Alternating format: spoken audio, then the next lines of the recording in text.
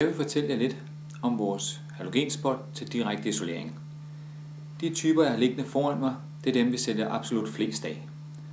I hvid rund, som har et varenummer på 1651, og den samme i børstet hedder 1652, og hvis man går over til de firkantede i hvid, så hedder den 1653, og i børstet 1654.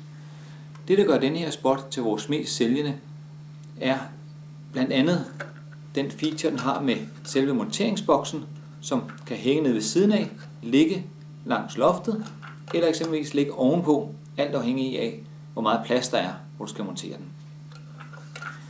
Den har også en dejlig stor samleboks, hvor der er masser af plads fra du kommer ind med dit kabel, til du får det hen i klemmerne. Og der er mulighed for at videresløjfe en 5-leder. Det er selvfølgelig kun de 3 ledere, der bliver brugt til selve spotten, men du kan sløjfe videre med en 5-leder, hvis du skal videre have flere tændinger på din spot. Den her spot kommer inklusiv en testpære på 25 watt, men der er rig mulighed for at udskifte den senere til LED-pære, hvis det er det, man ønsker. Hvor de fleste LED-pærer G10 kan passe i, da man er rimelig høj her i højden, og derfor kan de fleste LED-pærer passe, da de tit er lidt højere end almindelige halogenpærer.